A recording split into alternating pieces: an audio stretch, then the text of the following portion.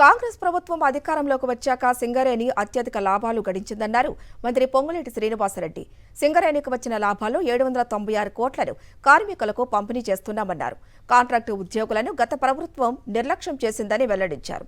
గతంలో ఎన్నడూ లేని విధంగా కాంట్రాక్టు ఉద్యోగులకు కూడా 5,000 బోనస్గా అందిస్తున్నామని చెప్పారు. కాంట్రాక్టు ఉద్యోగుల సమస్యలను కూడా వెంటనే నెరవేర్చుతామన్నారు పొంగులేటి శ్రీనివాసరెడ్డి.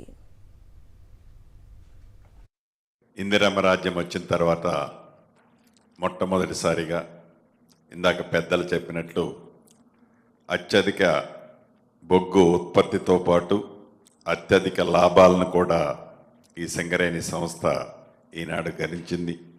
చాలా సంతోషం.